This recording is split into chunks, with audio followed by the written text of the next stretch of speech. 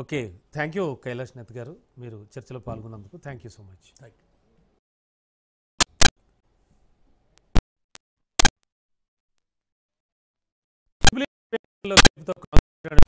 మునిగిపోయాయి. హస్తం నేతలు గాంధీ భవన్కు చేరుకుని బాణసంచా కాల్చారు, స్వీట్లు పంచుకుని సంబరాలు చేసుకున్నారు. రేవంత్ రెడ్డి ప్రభుత్వం చేస్తున్న సంక్షేమ పథకాలు చూసి ప్రజలు జూబ్లీహిల్స్ ఉప ఎన్నికల్లో కాంగ్రెస్ను గెలిపించారన్నారు. ఇక వచ్చే స్థానిక ఎన్నికల్లో కూడా కాంగ్రెస్ పార్టీ ఇదే రీతిలో గెలుస్తుందంటున్న కాంగ్రెస్ నేత రోహిన్ రెడ్డితో మా ప్రతినిధి సునీల్ ఫేస్ టు ఫేస్. ఎన్నికల్లో ఇప్పటికే కాంగ్రెస్ పార్టీ అభ్యర్థిగా ఉన్నటువంటి నవీన్ యాదవ్ అన్ని రౌండ్లలోనూ భారీ మెజార్టీతో ముందుకు కొనసాగుతున్న నేపథ్యంలో కాంగ్రెస్ పార్టీ శ్రేణులు అటు గాంధీ భవన్లో కూడా పూర్తిగా సంబరాలు చేసుకున్న పరిస్థితి. చాలా మంది కాంగ్రెస్ నేతలు ఇక్కడికి ఒక్కొక్కరుగా చేరుకుంటున్నారు.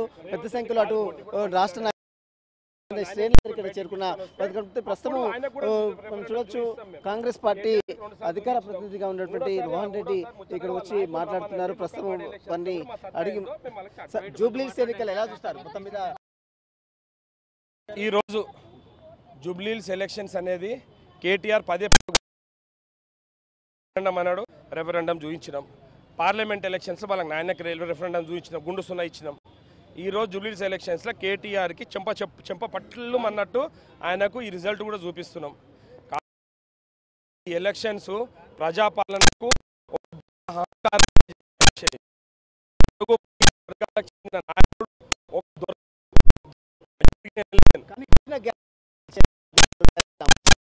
కూడా కాంగ్రెస్ మొత్తం ఒక తిష్ట వేసి ఇది అంతా కూడా అడ్డంగా గెలుపొందారనేది బీఆర్ఎస్ మాట చెప్తున్నా. ఒకవేళ మేము 6 గ్యారెంటీలు ఇవ్వకపోతే మా నాయకులు ప్రజాక్షేత్రంలో పోతే ప్రజలు మమ్మల్ని ప్రశ్నించారా?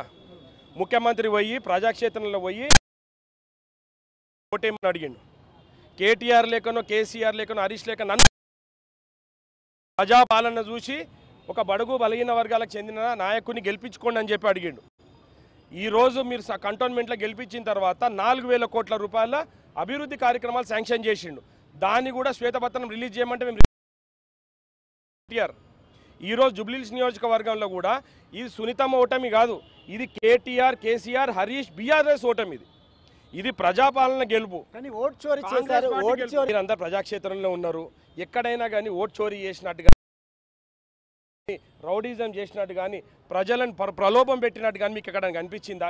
ఇంతమంది మీడియా, ఇంతమంది కెమెరాలు, వాళ్ళ సోషల్ మీడియాలు ఉన్నాయి కదా, మరి సోషల్ మీడియాల వల్ల ఇక్కడ బయట పెట్టిరా?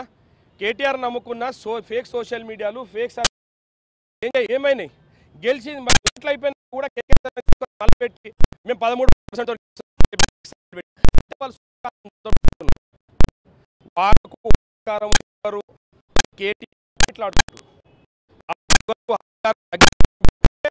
ఒక కన్స్ట్రక్టివ్ అపోజిషన్ రాను, నేను ఎలక్షన్ క్యాంపెయినింగ్ రాను, నేను ఫామ్ హౌస్లో వండుకుంటా, మీరు గెలిపిస్తే మళ్ళీ ముఖ్యమంత్రి కుర్చీ మీద కూర్చుంటా, మళ్ళీ రాష్ట్రాన్ని దోచుకుంటా అనే వైఖరితో కేసీఆర్ ఉంటే ప్రజలు ఎందుకు హర్షిస్తారండి? ఇప్పటికైనా స్థానిక సంస్థల ఎన్నికలకు పోతుందా కాంగ్రెస్ పార్టీ? డెఫినెట్గా పోతాం. ఇప్పుడు ఇప్పుడు బయటికి రమ్మని అడుగుతున్నారు. వచ్చి స్థాయి కూడా మేము చూపిస్తాం సార్. 3 సార్లు గవర్నర్ దగ్గర పెండింగ్ దాన్ని తొక్కి పెడుతున్నారు గవర్నర్ దగ్గర. బీఆర్ఎస్ దానికి బొత్తాసు పలుకుతున్నది. నేను అనేది ఏంటంటే, మేము అసెంబ్లీలో పాస్ చేసి రెజల్యూషన్ పాస్ చేసి గవర్నర్ దగ్గర పంపించిన తర్వాత చట్టం అవుతుంది. ఆ చట్టాన్ని కూడా వీళ్ళు ఆమోదిస్తలేరు. కోట్లకు పోతే కోట్లలో అడ్డుకుంటున్నారు.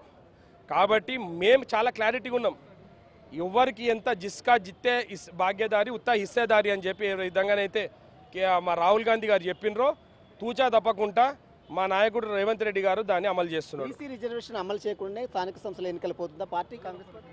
సార్ నేను ఒక మాట చెప్తున్నా, ఎవరు ఇచ్చినా ఇవ్వకపోయినా కాంగ్రెస్ పార్టీ విధానం, మహేష్ కుమార్ గౌడ్ గారు రేవంత్ రెడ్డి గారు ఇద్దరు కలిసి జిస్కా జిత్తా హిస్సేదారి ఉత్త భాగ్యదారి టైప్లా ఓవర్కి ఎన్ని సీట్లు రావన్నో దాని ప్రకారం ముందుకు పోతాం. మొత్తం మీద జూబ్లీహిల్స్ పార్టీ చేస్తున్నటువంటి సంక్షేమ పథకాలు 6 గ్యారెంటీలు అమలు చేయడంతోనే అటు జూబ్లీహిల్స్ ఓటర్లందరూ కూడా కాంగ్రెస్ పార్టీకి పట్టం కట్టారు.